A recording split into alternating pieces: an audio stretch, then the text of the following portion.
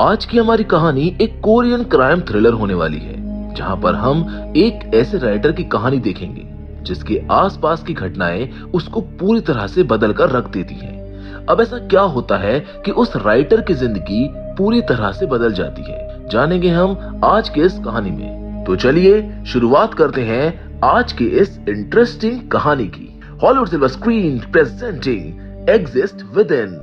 Movie की शुरुआत में हम युनसो नाम की एक लड़की को देखते हैं। युनसो साउथ कोरिया की सोरिन डिस्ट्रिक्ट के एक अपार्टमेंट 401 में अपनी फैमिली के साथ रह रही होती है। युनसो का सपना है कि वो जल्द से जल्द एक अच्छी स्क्रीन प्ले राइटर बन जाए, ताकि वो भी फाइनेंशियली इंडिपेंडेंट होकर अपने परिवार की मदद कर सके। इसके लिए युनसो काफी कोशिश करती है, लेकिन हर तरफ से उसके हाथ नाकामयाबी ही लगती है। एक दिन युनसो घर पर बैठकर अपने लैपटॉप में कुछ काम कर रही होती है, तभी उसे ऊपर वाले अपार्टमेंट से अजीब तरह की आवाज आने लगती है, मानो जैसे कोई फ्लोर को पीट रहा हो। आसपास के पड़ोसी को लगता है कि ये आवाज फ्लैट नंबर 401 से आ रही है, इसीलिए एक नेबर युनसो को कॉल करके खरी खोटी सुनाने लगती है। युनसो उसको समझाने की कोशिश करती है, लेकिन वो अपनी बात कहकर फोन को रख देती है। युनसो अपने काम पर फोकस करने की काफी कोशिश करती है, लेकिन ऊपर से आ रही आवाज के चलते वो ऐसा नहीं कर पाती है। इसलिए युनसो एक डंडे की मदद से अपनी छत को ठोक कर ऊपर वाले को शांत होने का इशारा करती है, मगर उसके ऐसा करने से आवाज उल्टा और तेज होने लगती है, जिससे परेशान होकर युनसो अपने घर से बाहर निकल आती है। अब बाहर आकर वो अपना मेल बॉक्स चेक कर ही रही होती है कि तभी उसका ध्यान बगल के मेल बॉक्स 501 पर जाता है। युनसो उसको पढ़ना तो चाहती थी, लेकिन वो ऐसा करती नहीं है। उसी समय हमको एक फ्लैशबैक दिखाया जाता है, जिसमें युनसो अपार्टमेंट 501 में रहने वाले हो क्यों को देखती है। ये कहानी पूरी तरह से अपार्टमेंट 501 में रहने वाले हो क्यों के आसपास घूमती है, इसीलिए इस इंसान के बारे में हम जान लेते हैं। हो क्यों ज्यादातर शांत रहता है और अपनी बिल्डिंग में ज्यादा किसी से बात नहीं करता है, इसीलिए किसी को भी इसके बारे में कुछ भी मालूम नहीं है। अब कहानी में वापस आते हैं, जहाँ पर युनसो एक कैफे में पहुंचकर अपने दोस्त जीसंग को आने के लिए कहती है। इसी बीच युनसो अपने रिजल्ट्स को चेक कर रही होती है, जहाँ पर उसको पता चलता है कि इस बार के स्क्रीन प्ले राइटिंग कंपटीशन में उसका सिलेक्शन नहीं हुआ है। यहाँ पर युनसो जीसंग से बात करते हुए उसको बताती है कि पिछले 1 महीने से मेरे घर के ऊपर वाले फ्लोर से लगातार आवाज आ रही है, जिस वजह से मैं अपने काम पर फोकस नहीं कर पा रही हूँ। अब ये चीज जानकर जिंगसन उसको समझाता है कि डिमोटिवेट होने की जरूरत नहीं है। वो उसको चीयर अप करने की काफी कोशिश करता है, लेकिन युनसो काफी दुखी होती है। वो उसके मजाक में भी ज्यादा इंटरेस्ट नहीं लेती है। अपने घर वापस आकर युनसो अपने पुराने सर्टिफिकेट्स को देखती है और फिर सोने के लिए चली जाती है, मगर रात को एक बार फिर से ऊपर के फ्लोर से आवाज आने लगती है। ऐसा लगता है कि मानो कोई पानी फैला रहा हो। युनसो उठकर चेक भी करती है, लेकिन उसको कुछ भी समझ में नहीं आता है कि आखिर चल क्या रहा है। इसीलिए अगली सुबह युनसो ऊपर वाले किराएदार को इसके बारे में बताने के लिए ऊपर जाती है। जाते ही वो उस घर में कुछ ऐसा भयानक देखती है, जिससे उसका सपना यहीं पर टूट जाता है। अगले दिन क्लास के दौरान युनसो की टीचर अपने लेक्चर में बताती है कि एक अच्छे राइटर को हमेशा अपने आसपास की चीजों को ऑब्जर्व करना चाहिए, क्योंकि लिखने के लिए सारी स्टोरीज उन्हीं के आसपास छुपी होती हैं। अब क्लास से निकलकर युनसो इस बारे में अपने एक दोस्त से भी बात करती है, जो उसको कहती है कि अगर तुम ये वाली स्टोरी कवर नहीं कर रही हो तो मुझको बता दो, मैं इस पर काम कर लूंगी। यानी कि युनसो के दोस्त को भी अपार्टमेंट वाले प्रॉब्लम के बारे में पता था। क्लास से वापस आकर युनसो ये तय करती है कि अब चाहे जो हो जाए, मैं इस स्टोरी को अपने स्क्रीन पे के लिए कवर करके ही रहूंगी। इसीलिए वो पूरी जी जान से इस स्टोरी के बारे में पता करने लग जाती है, जैसे कि कब हो क्यों बाहर जाता है, कब वापस आता है, क्या करता है, वगैरह वगैरह। अब अपनी स्टोरी पर काम करते हुए युनसो रात को नोटिस करती है कि हो क्यों किसी सस्पिशियस चीज को अपने ट्रॉली में लेकर अपने अपार्टमेंट में चला जाता है। हालांकि वो ज्यादा कुछ तो नहीं कर पाती है, मगर कुछ दूर तक उसका पीछा जरूर करती है। जल्द ही युनसो अपने घर वापस आकर सोने चली जाती है। अगले सुबह युनसो की माँ उसको बताती है कि अगर इस साल उसने अपने लिए काम नहीं ढूंढा तो वो उसको घर से निकाल देगी। इस बात से युनसो को काफी बुरा तो लगता है, लेकिन वो कोशिश के अलावा कुछ और कर भी नहीं सकती थी। जल्द ही इस स्टोरी पर आगे का काम करने के लिए युनसो जीसंग को बुला लेती है। जीसंग का इंतजार करते हुए युनसो चोरी छुपे होक्यों की कार को चेक करने लगती है, मगर तभी अचानक से कार का गेट खुल जाता है। क्यूरियस युनसो कार के अंदर घुसकर चीजें देखने लगती है, जहां उसे कुछ बॉटल्स में पानी भरा हुआ मिलता है। साथ ही में किसी तरह के कल्ट की एक नोटबुक दिखाई देती है। युनसो ये सब देख ही रही होती है कि तभी अचानक से हो क्योंग कार की तरफ आने लगता है। ये देखकर युनसो कार में ही छुप जाती है।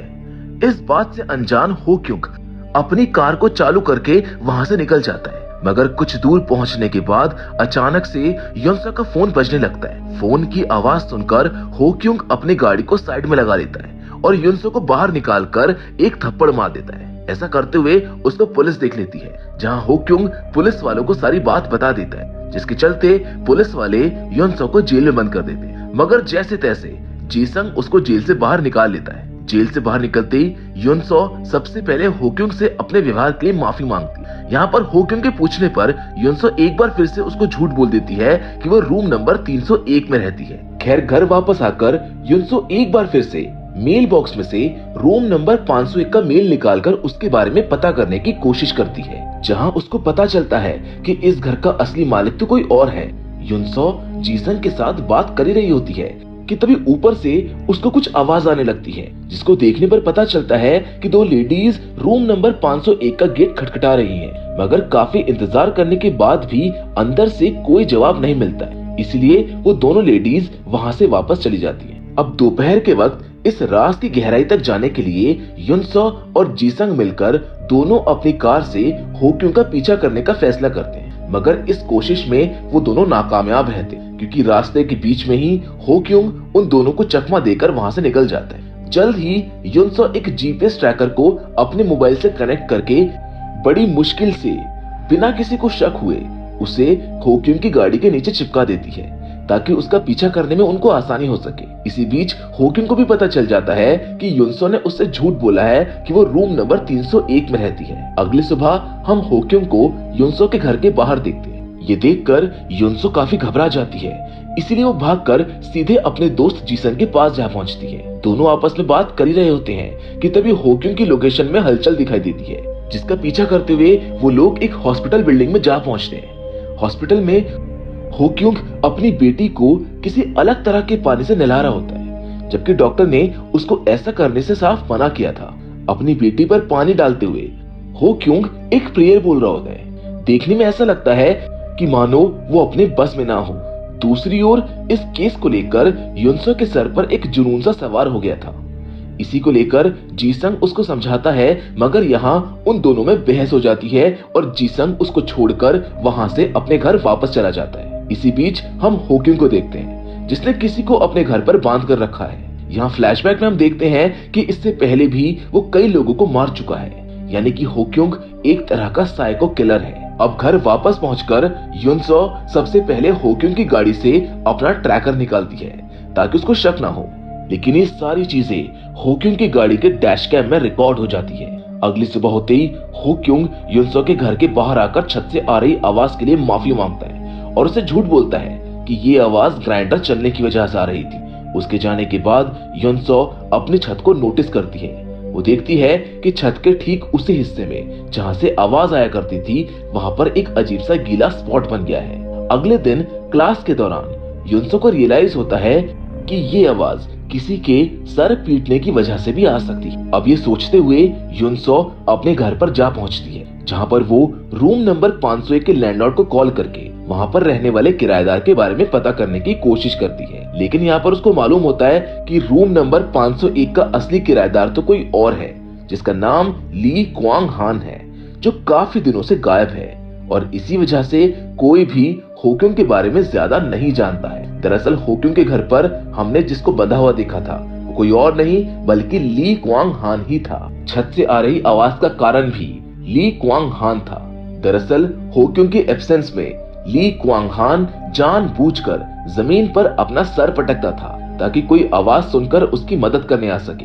वहीं मेल बॉक्स से चुराए हुए मेल में एक एड्रेस और एक नंबर भी होता है, जिसका पता करते हुए युनसो एक ऐसे बिल्डिंग में जहां पहुंचती है जहां पर एक विशेष तरह के कल्ट को फॉलो करने वाले लोग आया करते थे। बिल्डिंग में पहुंचकर युनसो ली क्वांग हान के बारे में पूछताछ करने लगती है, जहां पर आकर उसको पता चलता है कि ली पिछले 1 महीने से गायब है और तब से ही उनके बारे में किसी को कुछ भी नहीं पता है। तभी वहाँ पर एक लेडी वहाँ चल रहे कल्ट के बारे में युनसो को बताती है। इसी बीच युनसो एक वीडियो को देखती है जिसमें कुछ लोग अपने पापों का प्रायश्चित करने के लिए, कुछ अपनों की सलामती के लिए इस कल्ट को पागलों की तरह फॉलो कर रहे हैं। इसी वीडियो में युनसो होक्यूंग और उन दोनों लेडीज को नोटिस करती है जो रूम नंबर 501 के बाहर दरवाजा खटखटा रही थी। ये सब देखकर युनसो काफी डर जाती है, इसीलिए वो वहां से भागने लगती है, मगर इस कल्ट के गार्ड्स उसको चारों तरफ से घेर लेते हैं और तभी जीसंग बीच में आकर सबको पुलिस की धमकी देकर युनसो को वहां से बचाकर ले जाता है। इस बार जीसंग भी युनसो के साथ देने के लिए मान जाता है और एक बार फिर से होक्यूंग को पीछा करने का फैसला करते हैं। इसी बीच एक दिन होक्यूंग को उसकी कार के नीचे लगा युनसो का मोबाइल और ट्रैकर दोनों के बारे में पता चल जाता है, जिसको देखकर वो बहुत गुस्सा होता है। अब गुस्साया होक्यूंग अपने घर वापस आकर बर्फ में जमी 2 लाशों को तोड़कर अपनी कार में रख लेता है और यहाँ से फिशिंग करने के लिए निकल जाता है। यानी कि होक्यूंग सबूत छुपाने के लिए लोगों की लाश को मछली के चारे के रूप में इस्तेमाल करता है। खैर, उसका पीछा करते हुए जीसंग ड्राइविंग ना आने की वजह से युनसो का मजाक बनाता है। अब जल्द ही ये दोनों भी उस फिशिंग स्पॉट पर पहुंच जाते हैं, लेकिन इस बार होक्यूंग उनसे 2 कदम आगे निकलता है, क्योंकि उनके आते ही होक्यूंग युनसो के छुपाए हुए मोबाइल में उनकी लोकेशन को देख लेता है, जिससे उसे पहले ही पता चल जाता है कि वो दोनों यहाँ पर आ चुके हैं। यानी कि यहाँ से अब जो भी होगा वो सब होक्यूंग के प्लान के अकॉर्डिंग होगा। शुरू में तो सब कुछ नॉर्मल लगता है, लेकिन तभी अचानक दूर से युनसो को दिखाई देता है कि होक्यूंग किसी की उंगली को मछलियों के चारे के रूप में इस्तेमाल कर रहा है।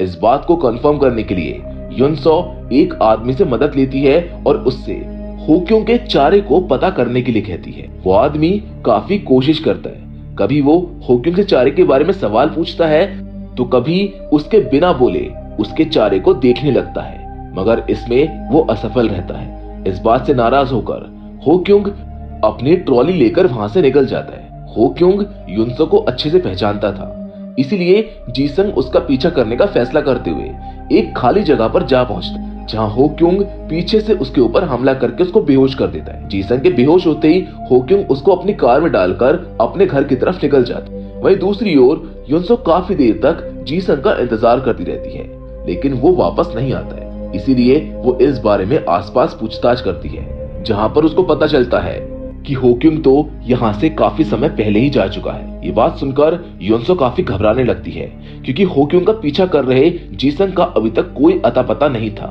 उसे लगातार कॉल करती है, लेकिन जीसंग उसका कोई जवाब नहीं देता है। जीसंग को ढूंढते हुए युनसो उस जगह पर जा पहुंचती है जहां से होक्यूंग जीसंग को बेहोश करके ले गया था। पास ही में युनसो को जीसंग का फोन और खून के कुछ धब्बे नजर आते हैं।